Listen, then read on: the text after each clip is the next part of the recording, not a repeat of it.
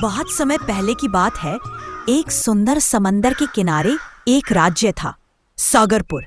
इस राज्य में एक साहसी और न्यायप्रिय राजा वीरसेन राज करते थे। राजा वीरसेन का दिल बहुत बड़ा था, लेकिन वे हमेशा अकेलापन महसूस करते थे। उन्हें एक ऐसी रानी की तलाश थी जो सुंदर होने के साथ साथ बुद्धिमान और दयालु भी हो। एक रात राजा वीरसेन महल की बालकनी में टहल रहे थे और समुद्र को देख रहे थे। अचानक उन्होंने देखा कि पानी में हल्की चमक दिखाई दे रही है। जब उन्होंने ध्यान से देखा तो एक सुंदर जलपरी पानी से बाहर आई। उसके बाल चांदी जैसे चमक रहे थे और उसकी नीली पूंछ मोती की तरह झिलमिला रही थी। राजा वीरसेन अपनी महल की बालकनी से यह सब देख रहे थे। उन्हें जलपरी को देखकर विश्वास नहीं हुआ। उन्होंने तो यह सब बस कहानियों में ही सुना था। राजा चौंक गए, लेकिन डरने की बजाय मुस्कुराए। जलपरी ने कहा, मैं हूँ राजकुमारी मीरा, जललोक की राजकुमारी। मैं हर 100 वर्षों में एक बार इंसानों की दुनिया में आती हूँ और मुझे किसी सच्चे दिल वाले की तलाश है। देखते ही देखते जलपरी एक सुंदर लड़की में बदल गई। जलपरी ने कहा, मैं कुछ दिनों के लिए यही रहना चाहती हूँ और देखना चाहती हूँ कि हमारे समुद्र के अंदर की दुनिया ज्यादा सुंदर है या फिर यह धरती की। फिर जलपरी वहां से चली गई। राजा यह सब अपनी बालकनी से देख रहे थे। जब जलपरी वहां से चली गई तो राजा भी अपनी बालकनी से अपने कमरे में चले गए। वहां पहुंचकर वह सोचने लगे कि यह सब सच था या उन्होंने कोई सपना देखा था। उन्हें यकीन ही नहीं हो रहा था कि जलपरी सच में वहां थी।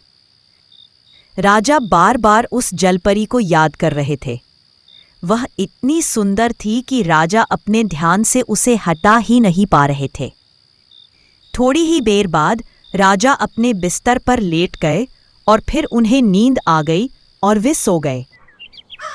अगले दिन सुबह जब उनकी नींद खुली तो उन्हें याद आया कि बहुत दिनों से उन्होंने अपने राज्य का दौरा नहीं किया है। तब उन्होंने अपने एक सिपाही को बुलाया। थोड़ी ही देर में सिपाही राजा के दरबार में आया और बोला, महाराज, आपने मुझे बुलाया। मैं आपकी सेवा कैसे कर सकता हूं? क्या आदेश है? मैं सोच रहा था कि मुझे अपने राज्य में घूमे हुए बहुत समय हो गया है। क्यों न आज राज्य में घूमकर देखा जाए कि कहाँ और क्या परेशानियां हैं। इससे मैं उन्हें ज्यादा अच्छे तरीके से सुलझा पाऊंगा। महाराज, विचार तो अच्छा है। मैं अभी आपके राज्य में जाने का पूरा प्रबंध करता हूं। आपको किसी भी प्रकार की कोई परेशानी नहीं होगी। मैं खास तौर पर उस गांव में जाना चाहता हूं जहां पानी की समस्या बहुत ज्यादा आ रही है। मुझे यह जानना है कि आखिर इतनी नदियों के बावजूद वहां पानी की इतनी समस्या क्यों हो रही है। महाराज, वो गांव तो यहां से काफी ज्यादा दूर है। मुझे लगता है कि वहां से लौटते लौटते हमें देर रात हो जाएगी। क्या आप वहां से वापस आना चाहेंगे या आज वहीं रुकने का प्रबंध किया जाए? नहीं, मुझे लगता है कि मैं वहां नहीं रुकूंगा। कल मुझे एक बहुत ही महत्वपूर्ण कार्य है। आज शाम तक या रात तक हमें वापस लौटना ही होगा। थोड़ी ही देर बाद राजा अपने सिपाही के साथ राज्य के दौरे पर निकल पड़े। उन्हें लौटते लौटते लगभग रात हो चुकी थी। फिर उन्होंने खाना खाया और अपनी बालकनी में टहलने चले गए। बालकनी में जाकर उन्होंने फिर से समुद्र की ओर उस जलपरी को देखने की कोशिश की, लेकिन उन्हें वह जलपरी दिखाई नहीं दी। वे निराश हो गए, पर उन्होंने वहां थोड़ी देर और रुकने का फैसला किया। पर थोड़ी देर बाद वह लड़की वहां वापस आ गई। फिर उसने इधर उधर देखा और एक जलपरी में बदल गई। ऐसे ही कई दिनों तक रोज राजा अपनी बालकनी में आते और उस जलपरी को देखते। एक दिन उन्होंने निश्चय किया कि वह समुद्र के किनारे जाएंगे और जलपरी से बात करेंगे। मैं जानता हूं कि आप जल्लोक की राजकुमारी मीरा हैं और मैं इस राज्य का राजा वीरसेन हूं। मैं आपका अपने राज्य में स्वागत करता हूं। धन्यवाद। अगर आप इस राज्य के राजा हैं तो क्या आप मुझे इस राज्य की सैर करा सकते हैं? मुझे देखना है कि यहाँ के लोग कैसे रहते हैं। मैं यहाँ समुद्र से यही देखने आई हूँ। हाँ, जरूर। मैं आपको सब दिखा दूंगा, पर फिलहाल तो रात हो गई है। अगर आप चाहें तो मेरे महल चलकर आराम कर सकती है। कल सुबह मैं आपको इस राज्य की सैर पर ले चलूंगा। हाँ, जरूर। यह मेरा सौभाग्य होगा कि मैं आपके महल में रहूंगी और कल आपके साथ इस राज्य को देखने जाऊंगी। इसके बाद राजा और मीरा दोनों समुद्र के किनारे से महल के लिए निकल पड़ते हैं। थोड़ी देर बाद वे दोनों महल पहुंचते हैं। वहां राजा मीरा से कहते हैं, हमारे महल में आपका स्वागत है रानी मीरा। अगर आप बुरा न माने तो मैं आपसे कुछ पूछना चाहता हूं। अगर आपकी इजाजत हो तो क्या मैं पूछ सकता हूं? जी जरूर राजा वीरसेन, आप निसंकोच पूछिए जो भी मुझसे पूछना चाहते हैं। मैं बस आपसे यही जानना चाहता हूं, अगर आप सच में एक जलपरी है तो मुझे बताइए कि समुद्र के अंदर आपकी दुनिया कैसी है। मेरा राज्य समंदर की गहराइयों में है, जहां सिर्फ सच्चा प्रेम और शुद्ध आत्मा ही जीवित रह सकती है। मैं देखना चाहती हूँ कि क्या इंसानों में अब भी सच्चाई और दया बची है। बहुत रात हो गई है। कल सुबह मैं आपको इस महल और राज्य की सैर कराऊंगा। अभी आप चलिए, मैं आपको आपका कमरा दिखा देता हूं। आप आराम कीजिए। फिर वे लोग सोने चले जाते हैं। अगली सुबह जब राजा और राजकुमारी उठते हैं तो राजा उन्हें अपने महल की सैर कराता है। फिर राजा राजकुमारी को अपने राज्य की सैर कराता है, बाजार में घुमाता है और लोगों से मिलवाता है। और फिर अंत में वह उसे अपनी सबसे सुंदर जगह, अपना जंगल दिखाता है। राजकुमारी को यह सब बहुत ही ज्यादा पसंद आता है। उन्हें राजमहल आते आते रात हो जाती है। वे लोग खाना खाते हैं और फिर राजा राजकुमारी मीरा को अपनी बालकनी में घुमाने ले जाते हैं। राजकुमारी को भी राजा की यह बालकनी बहुत पसंद आती है। वहां से समुद्र का दृश्य बहुत ही अद्भुत दिखाई पड़ता है। वाह, यह कितनी सुंदर जगह है। यहाँ कितनी शांति है। मुझे यह जगह बहुत ही ज्यादा पसंद आई। हाँ राजकुमारी, आपने बिल्कुल सही कहा। यह जगह बहुत ही ज्यादा शांत है और मुझे भी इसीलिए यह बहुत ज्यादा पसंद है। हाँ, यहाँ का दृश्य भी बहुत ज्यादा प्यारा है। ये समुद्र, ये चांद, मैं तो यहाँ रोज आ सकती हूँ इन्हें देखने। मुझे भी यह जगह बहुत ज्यादा पसंद है क्योंकि यह बहुत ज्यादा शांत है। मैं अपने जीवन में युद्ध नहीं बल्कि शांति चाहता हूं। यह तो बहुत अच्छी बात है। मुझे अच्छा लगा यह जानकर कि आप सबकी भलाई चाहते हैं। धीरे धीरे राजकुमारी मीरा और वीरसेन की मुलाकातें बढ़ती लगी। वे साथ मिलकर बालकनी से समुद्र देखते, जीवन की गहराइयों पर बातें करते और एक दूसरे को बेहतर समझने लगे। राजकुमारी मीरा को यह समझ आने लगा कि वीरसेन केवल एक राजा नहीं है, बल्कि एक सच्चे, संवेदनशील और समझदार इंसान है। राजा भी राजकुमारी मीरा के सौंदर्य से कहीं अधिक उसकी बुद्धिमत्ता, करुणा और निश्चल हृदय से प्रभावित हुए। उसकी बातों में गहराई थी और उसकी आंखों में सच्चाई। समय के साथ उनके दिलों में एक दूसरे के लिए आदर और स्नेह और भी गहरा होता गया। एक दिन राजकुमारी मीरा को जललोक से बुलावा आया। राजकुमारी मीरा तुरंत अपने समुद्र में वापस चली गईं और उन्होंने राजा वीरसेन से वादा किया था कि वह वापस जरूर आएंगी। उसे राजा वीरसेन से दूर होने का दुख हो रहा था, लेकिन वह बहुत ही ज्यादा खुश भी थी क्योंकि वह अपने समंदर में, अपनी दुनिया में बहुत दिनों के बाद वापस जा रही थी। राजकुमारी मीरा, आपका स्वागत है वापस इस समंदर में। आशा करती हूँ कि पृथ्वी पर आपकी यात्रा बहुत ही अच्छी रही होगी। आपको महारानी ने बुलाया है। चलिए, वह आपका इंतजार कर रही हैं। उन्हें आपसे कुछ जरूरी बात करनी है। आओ मीरा, मैं तुम्हारा ही इंतजार कर रही थी। क्या हुआ माँ? आपने मुझे इतनी जल्दी में क्यों बुलाया है? क्या सब ठीक है? हाँ, यहाँ सब ठीक है। तुम बताओ, तुम्हारी धरती की यात्रा कैसी रही? उम्मीद करती हूँ तुम्हें वहाँ बहुत कुछ नया सीखने को मिला होगा। हाँ माँ, धरती बहुत ही अच्छी है। मैं वहाँ एक राजा से मिली और मैं उनसे विवाह करना चाहती हूँ। वह बहुत ही अच्छे इंसान हैं। उनका दिल बहुत ही सच्चा और नेक है। तुम एक इंसान से विवाह नहीं कर सकती। तुम इस जल्लोक की आने वाली रानी हो। तुम एक इंसान से विवाह करके धरती पर नहीं रह सकती। जलरोक की रानी हमारी छोटी बहन नीरा को बना दीजिएगा। मुझे पूरा यकीन है कि वह समंदर की रक्षा बहुत ही अच्छे से करेगी। पर मुझे राजा वीरसेन से शादी करनी है। कृपा करके आप मेरी शादी उनसे करवा दीजिए।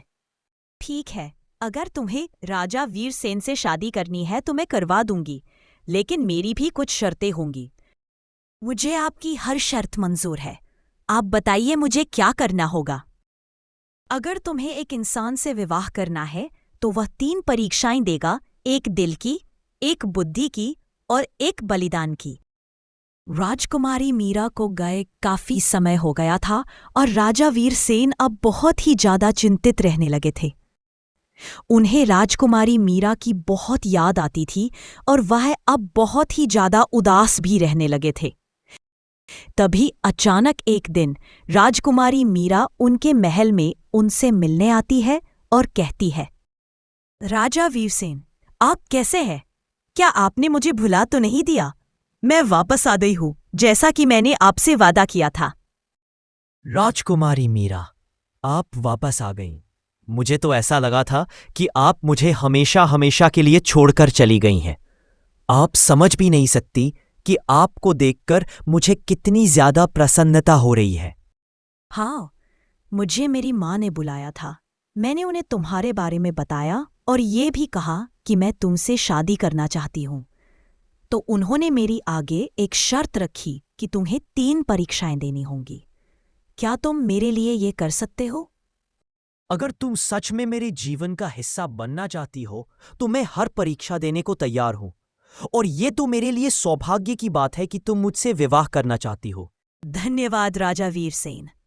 मुझे आपसे यही उम्मीद थी। मुझे बहुत खुशी हुई कि आप भी मुझसे विवाह करना चाहते हैं। अब राजकुमारी मीरा के आने के बाद राजा वीरसेन बहुत ही ज्यादा खुश रहने लगे और कुछ ही दिनों में उनकी परीक्षाएं शुरू हो गईं। एक दिन राजा जब अपने महल के बागीचे में बैठे हुए थे तो उन्होंने देखा कि एक चिड़िया बार बार उड़ने की कोशिश कर रही है, लेकिन हर बार गिर जा रही है क्योंकि उसे चोट लगी हुई थी।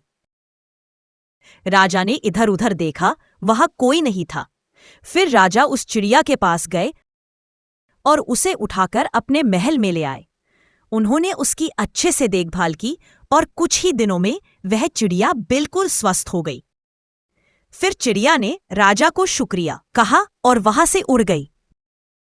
इस तरह राजा का दिल अच्छा होने के कारण वह पहली परीक्षा में सफल हो गया।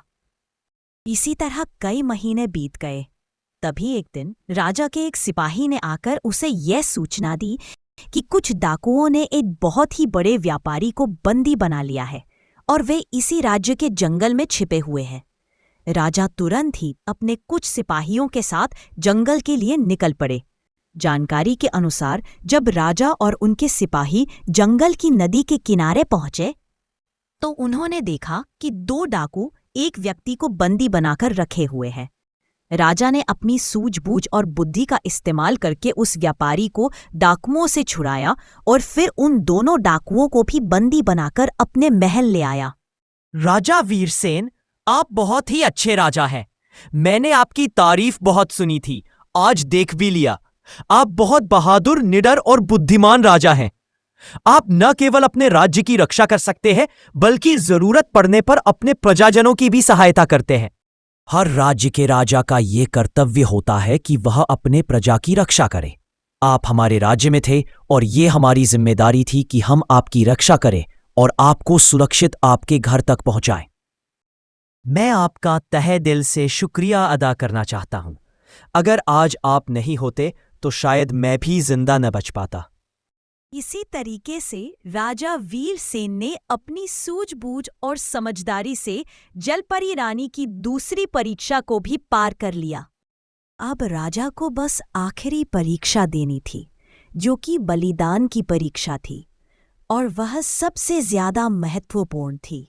एक रात राजा वीरसेन समंदर के किनारे टहल रहे थे। तभी समंदर में अचानक एक तेज रोशनी दिखाई पड़ी और वहां समंदर की रानी प्रकट हो गई। यह सब अचानक होते हुए देखकर राजा थोड़ा घबरा गए। तभी रानी जलपरी ने कहा, घबराओ मत, मैं इस समंदर की रानी हूं और राजकुमारी मीरा की मां हूं। मैं तुमसे कुछ जरूरी बात करने आई हूं।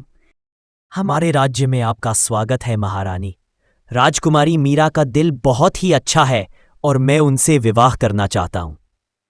अगर तुम्हें राजकुमारी मीरा से शादी करनी है तो फिर तुम्हें ये राजपाट छोड़ना होगा और हमेशा के लिए हमारे साथ इस समुद्र में चलना होगा। मेरे लिए इस राज्य से बढ़कर राजकुमारी मीरा का साथ है। अगर मेरे समुद्र में जाने से वो मुझसे विवाह कर लेती है तो मुझे मंजूर है। मुझे ये राज्य नहीं चाहिए।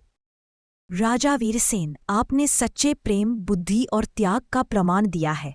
अब राजकुमारी मीरा इंसानों की दुनिया में रह सकती है। राजा वीरसेन और राजकुमारी मीरा का विवाह हुआ और उन्होंने साथ मिलकर सागरपुर को और भी सुंदर व समृद्ध राज्य बना दिया। सीख: यह कहानी हमें सिखाती है कि सच्चा प्रेम केवल सुंदरता से नहीं, बल्कि दिल की सच्चाई, बुद्धि और त्याग से बनता है। जब दो आत्माएं सच्चाई से जुड़ती है तो भले वे अलग लोक से हो, प्रेम उन्हें एक कर ही देता है।